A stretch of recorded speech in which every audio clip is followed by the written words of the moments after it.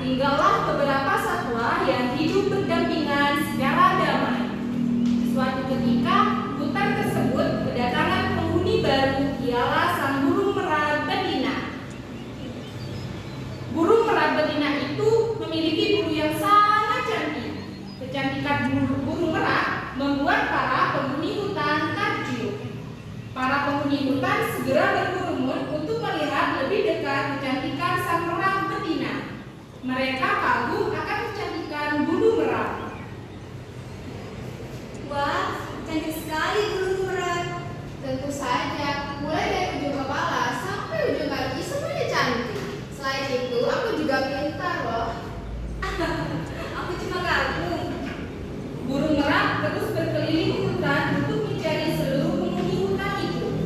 Ia tidak henti-hentinya memamerkan kecantikannya pada seluruh penghuni hutan. Akan dibuat seluruh penghuni hutan ini terpesonakan kecantikan dan kepandaianku. Selain itu, mereka semua akan tunduk padaku.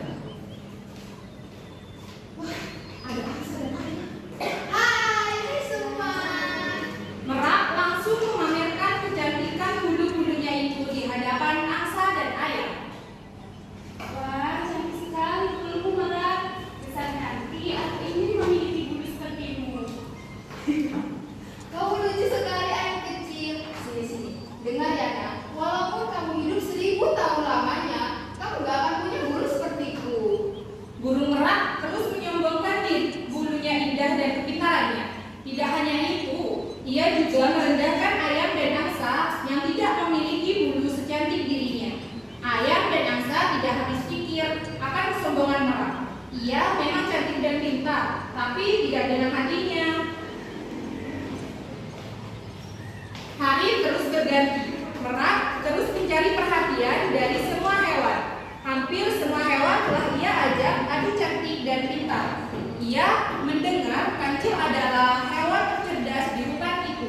Merak ingin mengalahkan kancil supaya hewan-hewan beralih kepadanya. Merak pun segera menepi kancil. Sesampainya di sarang kancil, kancil tertidur pulas. Hai kancil, bangunlah. Aku ingin berbicara padamu. Merak, kenapa kau di sini?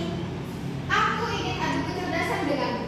Karena aku dengar-dengar kamu adalah hewan tercerdas di hutan ini. Maaf sekali Merak, tapi aku ngantuk sekali. Tadi aku habis berkelana. Maaf ya. Merak pun meninggalkan kancil dengan saja kesal karena gagal mengajak kancil untuk adu kecerdasan. Tanpa sepengetahuan Merak, kancil sebenarnya tidak mengantuk. Ia hanya berpura-pura tidur.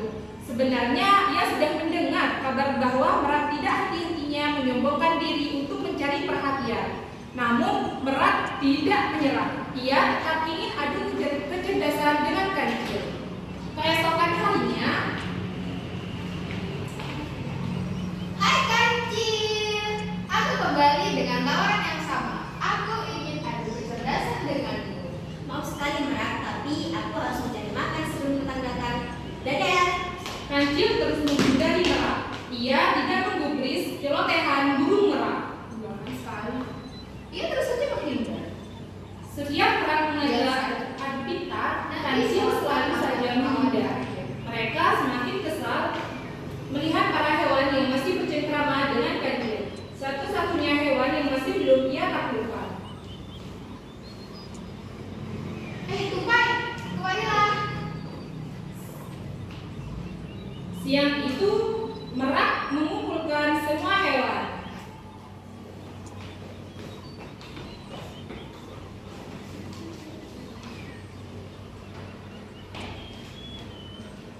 Kira-kira kenapa ya Merak mengenali kopi? Entahlah, mungkin dia tidak berbicara.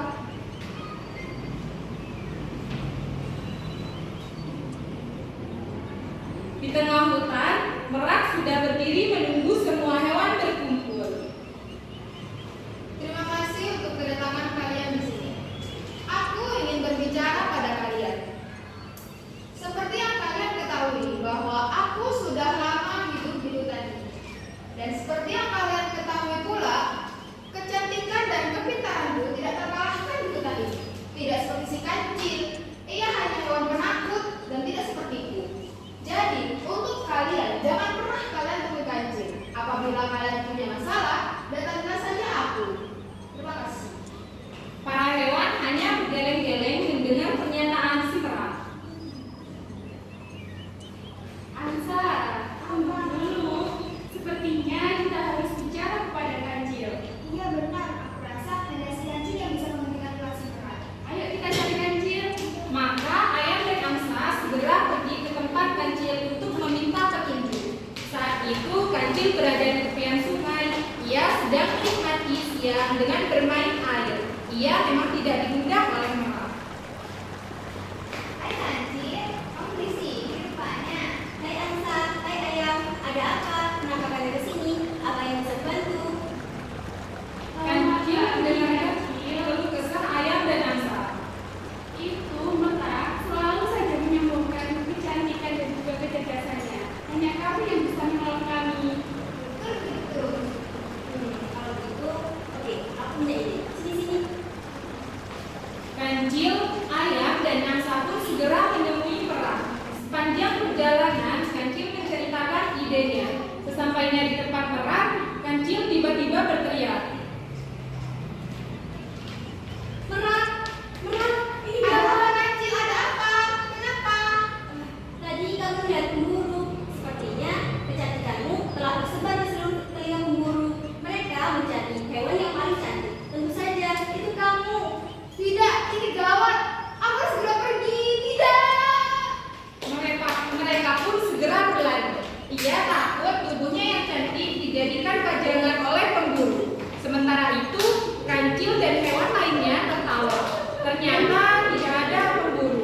Yang mencari merak itu hanya akal-akalan Kancil supaya merak berhenti menyombongkan diri di hutan itu.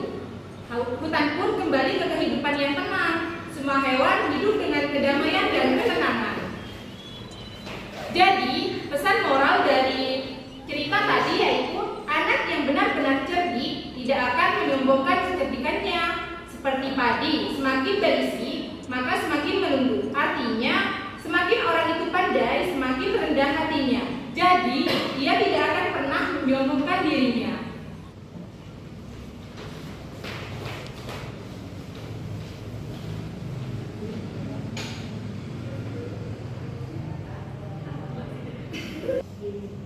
Tamatlah sudah cerita kami. Terima kasih dan jumpa lagi.